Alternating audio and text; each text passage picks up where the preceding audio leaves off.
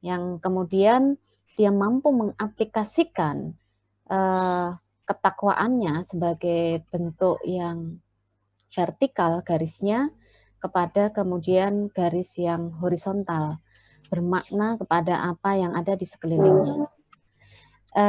Tadi yang disampaikan oleh Ustadz Zuli, tadi kadang orang merasa atau kemudian orang mengklaim dirinya bertakwa, tapi kemudian tanda-tanda itu tidak tampak. Sehingga tadi yang disampaikan Ustadz Zuli, terjadi sebuah kondisi ketidaksadaran.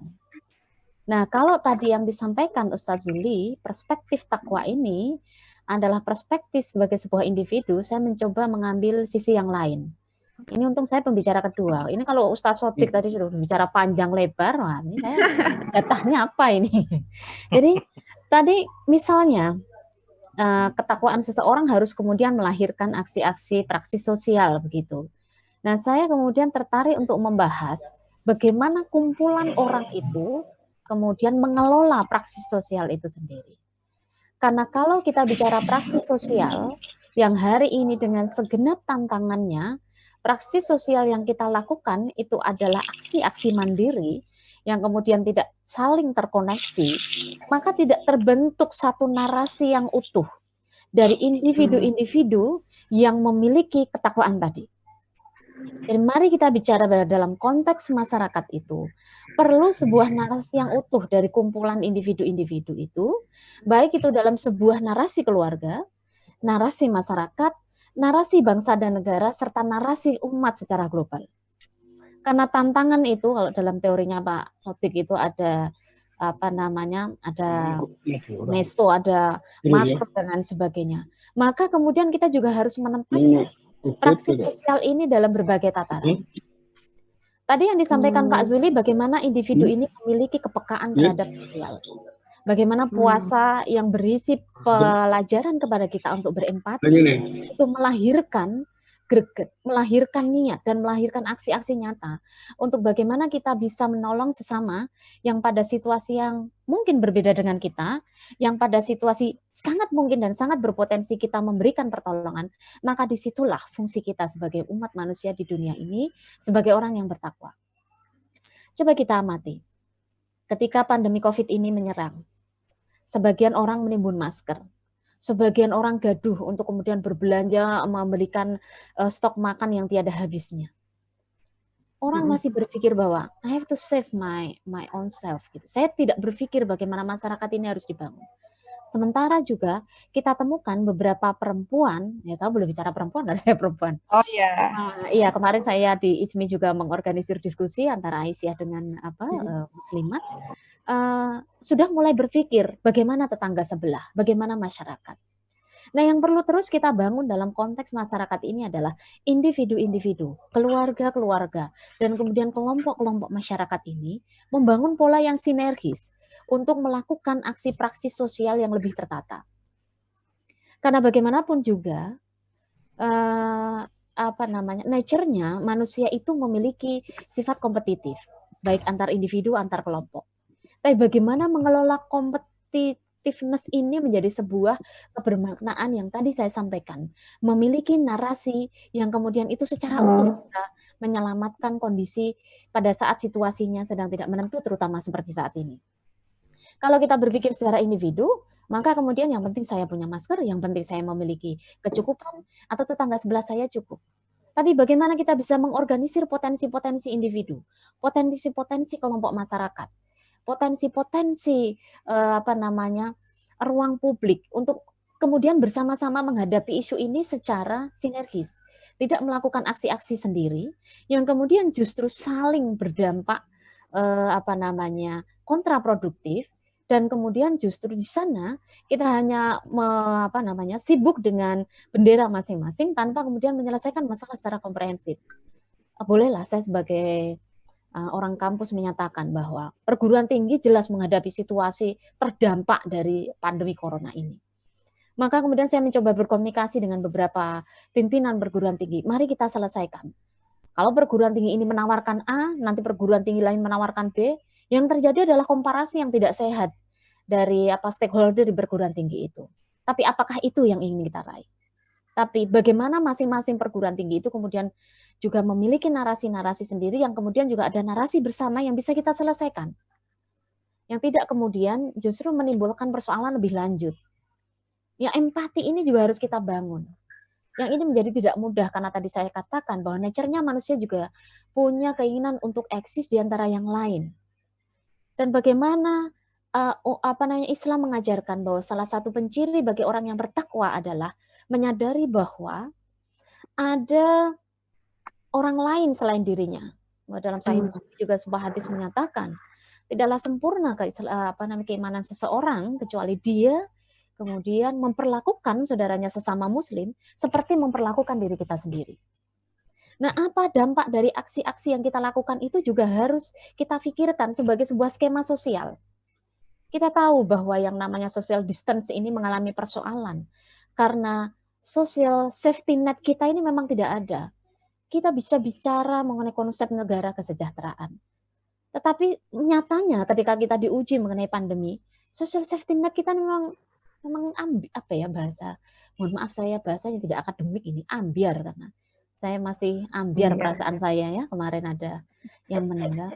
Nah, maka kemudian jangan sampai kemudian aksi-aksi yang kita lakukan itu adalah aksi-aksi yang tidak kemudian juga membangun jaringan itu secara bersama. Kreativitas yang muncul dari kita, mari kita padukan, mari kita harmonikan. Karena di dalam bulan puasa ini juga bulan yang memberikan introspeksi bagaimana kita mendudukkan di antara manusia yang lain, di antara makhluk Allah yang lain. Sekaligus kita mendudukkan sebagai pemimpin di muka bumi ini sebagai Khalifatul Ard yang kemudian harus bisa secara cerdas dan kreatif mengelola situasi ini secara bersama. Sehingga kita juga kadangkala berhadapan dengan orang ketika puasa dia sibuk membagikan. Tapi dia tidak mempedulikan mekanisme berbagi itu. Sehingga justru yang timbul adalah kekerasan. Justru yang timbul adalah ketimpangan selanjutnya. Justru yang timbul adalah perasaan saling iri. Nah, bagaimana energi-energi negatif ini kemudian sedikit demi sedikit kita kurangi. Dengan lebih memandang bahwa persoalan untuk praksi sosial ini pun ada sinergi antar kelompok yang harus kita bangun. Ada harmoni yang harus kita mainkan agar masyarakat kemudian kembali menerima kestabilan sosial ini secara bersama-sama. Tentu yang saya sampaikan ini mudah diucapkan dan tidak mudah untuk kemudian kita lakukan. Tetapi saya yakin bahwa memang fungsi jaringan-jaringan intelektual seperti IJMI misalnya, seperti ya Bapak Ibu para begawan yang sore ini berkenan untuk meluangkan waktu di sini, kita sepakat bahwa memang situasi ini harus kita bawa. Jadi titik tekan saya adalah bahwa praksi sosial ini bagaimana kita kemudian memformulasikan praksi sosial ini sebagai sebuah sinergi antar kelompok tadi. Setelah antar individu memiliki kesadaran-kesadaran untuk berbuat pada lingkup yang lebih besar, yaitu kelompok dan kelompok yang lebih besar lagi. Oke, ya baik. Itu. Ya, terima kasih ya, Bu Norma. Untuk pemaparannya menarik sekali nih. Kalau bahasa milenialnya kolaborasi itu, Bu, kolaborasi. Oh, iya. Ya, selanjutnya ini sudah hadir juga Bapak Dr. Muhammad Sodik, dosen saya. Cuma saya sayangnya belum pernah diajar langsung oleh beliau. Ya, Pak Salam, Pak. Assalamualaikum, Pak. Waalaikumsalam. Ya, tadi sudah diawali dengan oleh masing-masing narasumber tentang konsep takwa dan bagaimana dalam praktik sosialnya. Nah, mungkin ini kita minta kepada Bapak untuk menyampaikan pandangan Bapak terkait dengan takwa sebagai praksis sosial ini. Mungkin sebagai akademisi ataupun sebagai kelompok masyarakat atau sebagai individu la'alakum tattaqun itu tadi. Oke, kepada Bapak dipersilakan. Assalamualaikum warahmatullahi wabarakatuh. Waalaikumsalam warahmatullahi wabarakatuh. Bismillah, alhamdulillah, la haula wala quwata illa billah, ma ba'dah. Terima kasih Aisyah, di Ustadz Juli, Ustadzah Nurma ya, dan waduh kita disimak oleh para sesepuh kita ya, ada Yanto, Pak Nandang dan teman-teman yang lain ya. Ya, mungkin saya berangkat dari teks dulu ya, karena Al-Quran itu kan sebenarnya selain narasi juga memberikan perspektif tentang praksi sosial. bicara takwa ini sebenarnya banyak ya dalam Al-Quran, tetapi saya ingin melihat yang sangat dekat dengan praksis sosial itu di surah Ali Imran ya, ayat 133 sampai 135. Mengapa ini perlu ya tekstual dulu ya? Karena ya umat kita umat tekstual sebenarnya ya, selain umat sosial. Oleh karena itu surah Ali Imran 133 sampai 135 ini mungkin menjadi semacam refleksi awal ya. Ada ciri-ciri yang sangat luar biasa di situ ya. Allah menyebut ciri orang yang bertakwa itu yang pertama alladzina yunfikuna fis-sarra'i wad-dharra. Jadi orang yang gemar infak ya, dalam kondisi apapun ya, lapang maupun sempit, dan Allah memilihnya dengan fi'il mudhari. Jadi infak itu terus-menerus ya, yunfikun ya. Ini bukan fi'il madhi tapi mudhari. Artinya orang tidak boleh mengatakan saya kemarin sudah pernah membantu, tidak bisa. Ya harus membantu terus-menerus ya, seperti Ustaz Juli tadi ya. Oh, iya. Jadi pilihan fi'il mudhari ini sangat luar biasa ya. Jadi memang untuk infak ini harus terus-terus. Dan di dalam konteks struktural nantinya, infak ini kan nanti banyak bentuknya ya. Mungkin termasuk dalam konteks ekonomi ya mungkin zakat pajak itu ya. Dan kalau kita pelajari ya, konsep zakat pajak itu sebenarnya mirip yang dipraktekkan oleh negara-negara Eropa Barat ya. Sifatnya harusnya zakat pajak itu tidak hanya sekedar 2,5%. Dia harus pakai teori semakin mudah kekayaan diperoleh, maka prosentasenya semakin tinggi ya. Ini saya kira hipotetik yang ditawarkan oleh Nabi. Sehingga zaman Nabi itu kalau harta mudah diperoleh, maka persentase zakatnya tinggi ya, seperti harta temuan itu sangat tinggi sekali zakatnya atau pengeluaran yang diberikannya. Jadi ini ya praksisnya yang pertama. Yang kedua setelah lebih ke sosial itu kepada diri. Wal kadhibil ghaib. Jadi orang itu harus memiliki sifat mudah menahan amarah. Jadi kekuatan menahan amarah itu harus utama. Ini yang dipilih Allah isim fa'il. Artinya apa? Dia menjadi profesi dia. Jadi dia bisa menahan amarah ya, bisa berperilaku yang katakanlah memberikan pengayoman ya, tidak mudah marah. Ini sebagai suatu profesi dia ya. Karena yang diberi Allah ini isim fa'il, maka ya dia harus melekat pada diri. Kemudian setelah itu wal afina aninas. Ini juga pakai isim fa'il ya. Jadi mudah memaafkan. Selain menahan amarah, mudah memaafkan ya. Artinya apa? Ya orang Islam itu yang mudah memaafkan ya, tidak mudah marah ya. Dikit-dikit marah itu nggak bisa. Jadi kalau kita dapat berita misalnya Islam dilecehkan itu kita tidak boleh marah, harus tabayun, wajib hukumnya. Setelah itu ya baru oh iya ya, orang yang melecehkan Islam itu pasti orang tidak tahu. Kalau tahu tidak mungkin ya.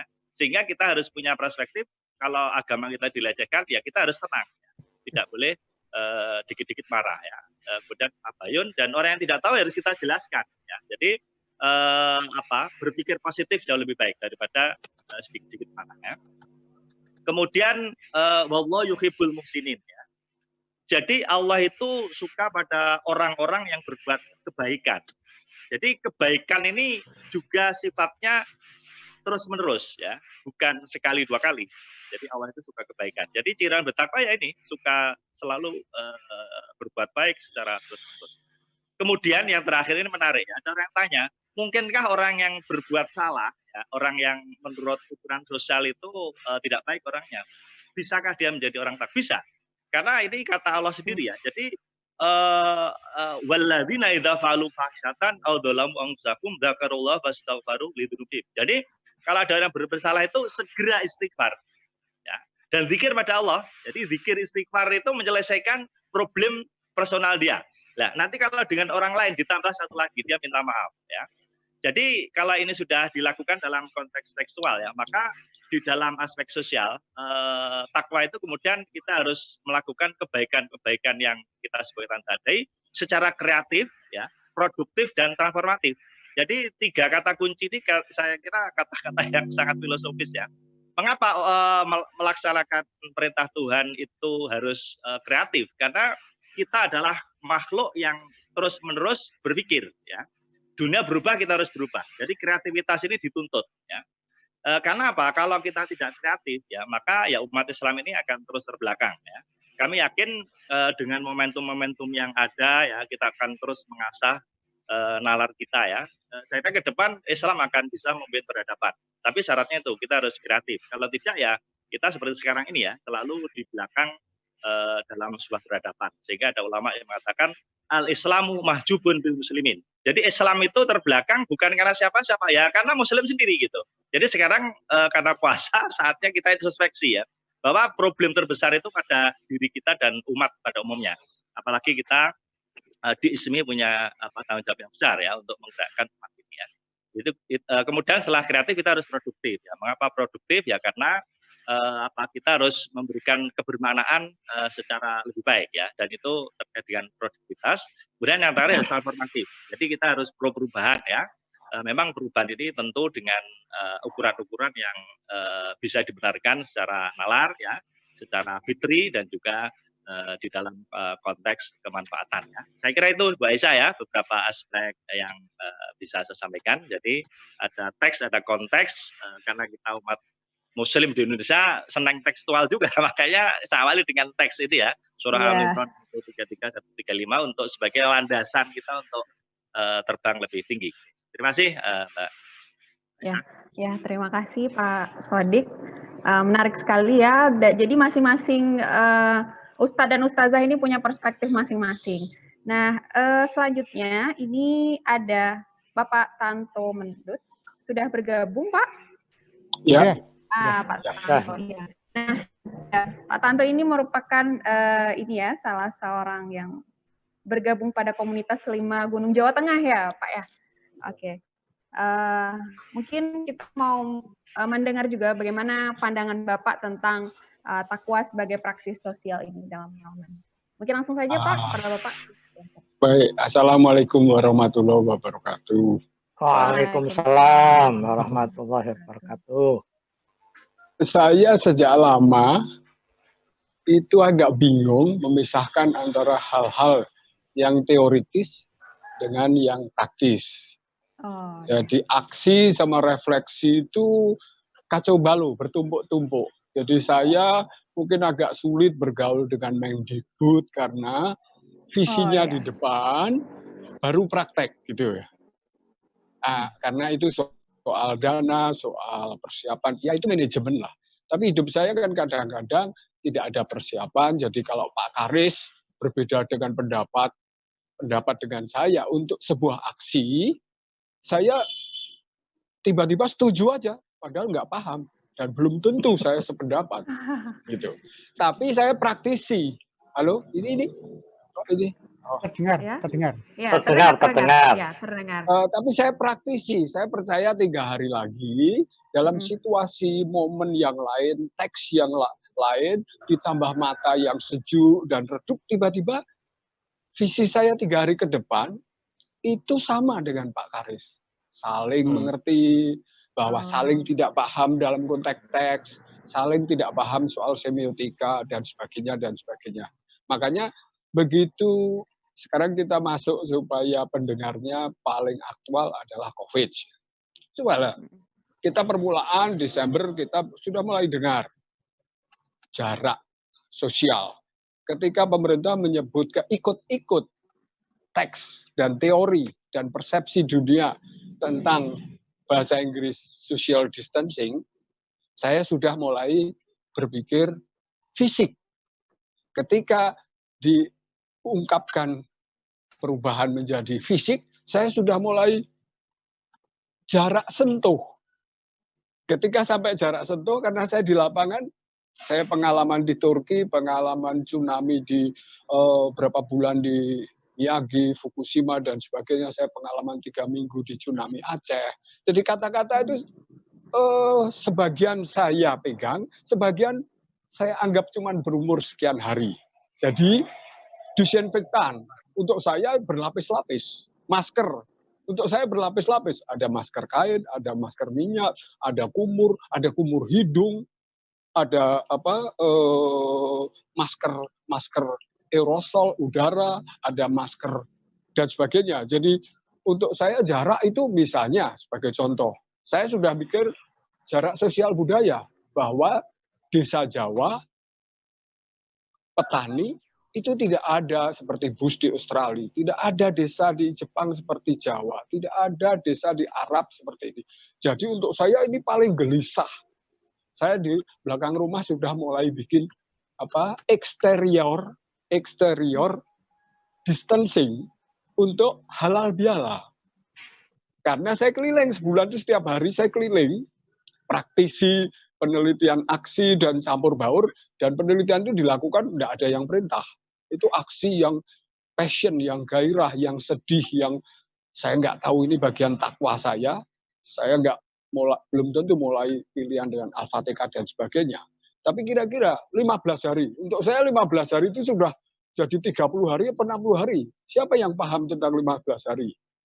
Saya sehari sebelum lockdown Australia, 18, saya 17 ke sini.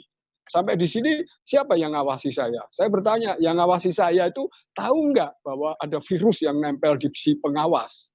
Jadi saya nggak kaget kalau ada di dalam rumah sakit, ternyata soal jarak ruang, mereka nggak paham. Jadi kalau mereka ketularan, yang ketularan pertama adalah dokter dan rumah sakit. Mungkin para dokter dan para medis itu belum paham ruang Tokyo, ruang mall, ruang metro New York. Karena kita mengandaikan 5 bulan ini virus itu berkembang di dalam ruang-ruang urban yang notabene disatukan oleh stasiun kereta api yang kencingnya bersama-sama. Kampus yang kencingnya berdiri, berderet dalam satu ruang. Meskipun tidak ada orang, disitulah udaranya mengandung virus mungkin. Kemudian lagi mall, semuanya. Kalau kita kencing satu, tapi ruangannya, ruangan teknik sipil kampus, teknik sipil yang efektif, teknik sipil yang irit, itu memang gitu, kencing bersama dalam satu pojok ruang, smoking area bersama. Bagaimana? Saya berpikir jarak ruang. Jadi untuk saya jarak yang dipahami di televisi, di pejabat, di BNPB itu belum tentu dia melihat ruang-ruang di katakanlah Melbourne, ruang di Singapura. Sementara saya sudah mulai gelisah. Halal bihalal itu 7 hari keliling desa, keliling rumah, Bapak.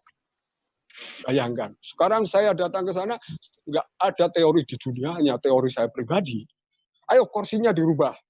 Mana jarak kursi? Saya ke tempat lurah. Kantor lurahnya itu kursinya masih rapat. Saya ke kantor, maaf, tidak saya sebutkan kualitas rektor. Kursinya tamu masih sama, Bapak. Untuk saya agak aneh. Jadi mereka masih terjemahan teoritik, teks-teks, narasi televisi. Oh, jarak sosial begini, tidak berbeda budayanya di Afrika, di Vietnam, dan sebagainya. Dan terutama jarak kerumunan ini saya ngalami, tidak ada bukunya. Jadi saya ketika warning sistem Merapi itu waspada siaga awas, saya ganti untuk dipahami yang kena letusan. Kalau pemerintah di Jakarta, di Jogja, di kampus UGM, di Undip, saya kira hanya cukuplah waspada siaga awas untuk Kompas dan KR. Tapi di lereng Merapi saya hampir setahun, lahar dingin maupun lahar panas, saya terlibat langsung karena itu saudara saya. Saya merubah menjadi dongo. Setelah dongo, ojo dumeh. Nggak pakai bahasa Arab sama sekali. Saya tambahin lagi, lari, Melayu, Pak, pakai bahasa Jawa Melayu. Untuk dipahami Mbah Wongso dan sebagainya. Jadi sekali lagi ini ingin mengatakan bahwa teori dan praktis, apalagi ini takwah pada Tuhan. Jadi ketika nggak sholat pun, ketika nggak nyebut arah pun, bagi saya kalau menolong orang itu sudah semacam doa ya.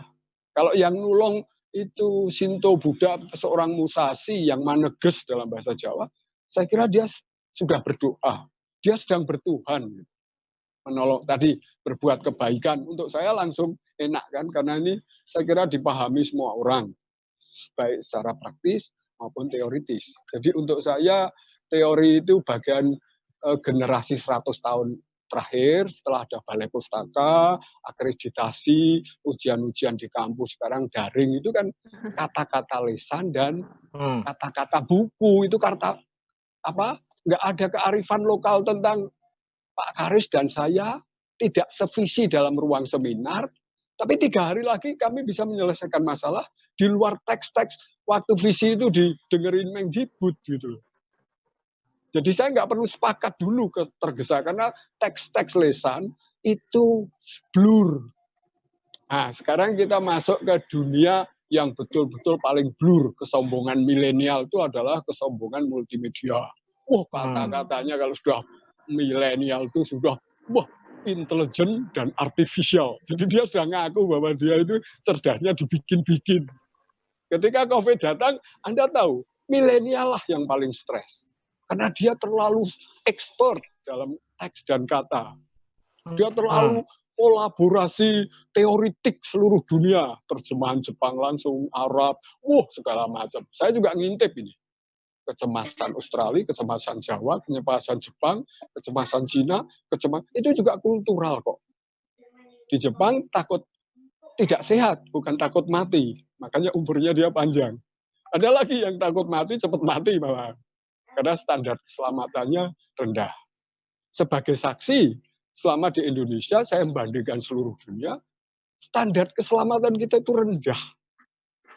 Di setiap kota itu ada bolong gorong-gorong itu untuk jungkel ke anak kecil sekolah, untuk pedestrian jalan kaki. Itu hanya Indonesia, Ibu, Bapak. Lubang, jadi belum ada COVID aja sebenarnya. Cara berpikir saya dan standar keselamatan saya itu sudah jengkel. Makanya sama Pak Karis itu saya guyon terus. Supaya bisa bertakwa dan supaya tidak terlalu frustrasi itu, saya kadang-kadang antara paranoid sama porno itu saya campur. Karena paranoid itu juga bahaya. Akhirnya sedikit-sedikit porno yang agak bertakwa. Gitu.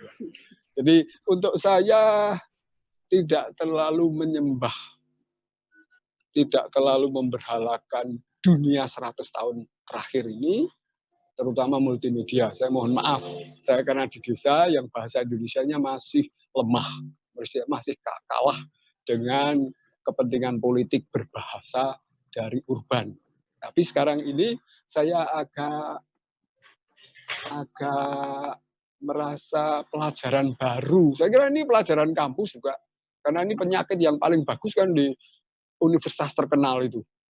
Oxford, karena mahasiswanya Cina, ini Singapura, Melbourne. Pokoknya kampus yang nomor 1 sampai nomor 30 itu kan ketakutan sekarang. Mahasiswanya 1 Iran, 1 Cina, 1 Jawa. Itu kan sumber virus, karena itulah lalu lalang airport, lalu lalang ahli-ahli daring, ahli-ahli yang semuanya serba teknologi milenial. Saya kira dari saya, sekali lagi saya tetap mengumpulkan teori-teori sebagai bacaan-bacaan karena saya telanjur jadi dosen juga, telanjur kuliah. Cuman saya juga kritik bahwa ini kampus juga pusat pelongo-pelongo. Selain di rumah saja, tapi ahli kata-kata tentu. Tapi kata-kata itu pasti cemas dia kalau keluar rumah. Karena dia membayangkan masker dan membayangkan jarak itu teoritis sekali. Jadi kecemasannya itu ngeri itu. Sampai cucunya nggak diajak lari-lari, sampai dan sebagainya. Saya kira saya pendekkan itu, saya mencoba memperluas saja soal teori dan praktis ini.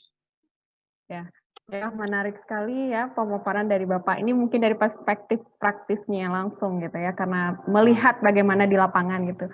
Dan saya juga sempat kaget, ternyata milenial sekarang yang merasa paling sombong gitu. Mereka yang kalut dengan kata-kata di tengah wabah COVID-19 ini. Oke, itu tadi bagaimana pandangan dari 4 narasumber kita. Barangkali dari Bapak-Bapak dan Ibu sore ini, ada yang ingin menambahkan atau ada yang ingin didiskusikan? Mungkin dari Pak Haris atau Pak Suyanto, dari Pak Yona mungkin? Oke, sebelumnya. Oke. Ada yang ingin ditambahkan, Pak Haris? Oh, ya. Oke, silakan. Ya, mohon izin. Assalamualaikum Ya. warahmatullahi wabarakatuh. Waalaikumsalam. Waalaikumsalam warahmatullahi wabarakatuh. Sangat menarik apa yang disampaikan para ustadz 4 tadi dan juga ustadzah 1. Terakhir juga sahabat saya Tanto Mendut itu yang ruwet tetapi berisi. Ini perbedaan visi saya dengan Mas Tanto itu. Mas Tanto itu bicaranya kadang-kadang sulit dipahami tapi sesungguhnya bermakna. Jadi 3 hari lagi baru paham saya apa yang disampaikan. Nah, saya melihat bahwa takwa itu sesungguhnya kan dimensi, kalau saya, pemahaman saya, takwa itu adalah dimensi spiritual yang membedakan manusia satu dengan yang lain di hadapan Tuhan. Ya kan, inna akramakum indallahi atqakum itu. Tetapi spiritualitas dalam hal ketakwaan ini kan tidak semata-mata menjadi sesuatu yang personal, individual, di mana orang harus kemudian beribadah terus-menerus, berdoa terus-menerus, terisolasi dari lingkungan secara terus-menerus, dan kemudian menjadi sufi, menjadi zuhud dalam pengertian yang totaliter. Tidak. Tetapi apa yang disebut dengan kualitas spiritual itu juga, ini sudah ditunjukkan oleh keempat pembicara tadi, kualitas spiritual takwa itu harus ditunjukkan bagaimana membangun relasi sosial. Ini kan satu teks yang menarik, tetapi sesungguhnya secara kontekstual harus diwujudkan di dalam kehidupan kemanusiaan. Nah, kita lihat bahwa takwa itu bukan semata-mata dimensi spiritual yang seperti yang dicontohkan tadi, tapi ditunjukkan kepada bagaimana membangun hubungan-hubungan sosial. Maka sungguh dalam teks itu dzuribat alaihimudillatu aina masukifu illa bihablim minallah, sebagai satu dimensi vertikal, dimensi spiritual, itu harus ditunjukkan juga dengan hablum minannasnya. Jadi dzuribat alaihimudillatu aina masukifu illa bihablim minallah wa hablim minannas. Nah, sekarang ini sebetulnya yang terpenting sesungguhnya bagaimana kita itu dalam momen apapun, termasuk dalam momentum COVID, kemudian merefleksikan bulan Ramadan yang kemudian tiba-tiba dalam situasi yang berbeda, justru ini dikembalikan kepada dimensi spiritual, sehingga membangun kualitas spiritual itu harus ditunjukkan dengan relasi-relasi sosial yang nyata.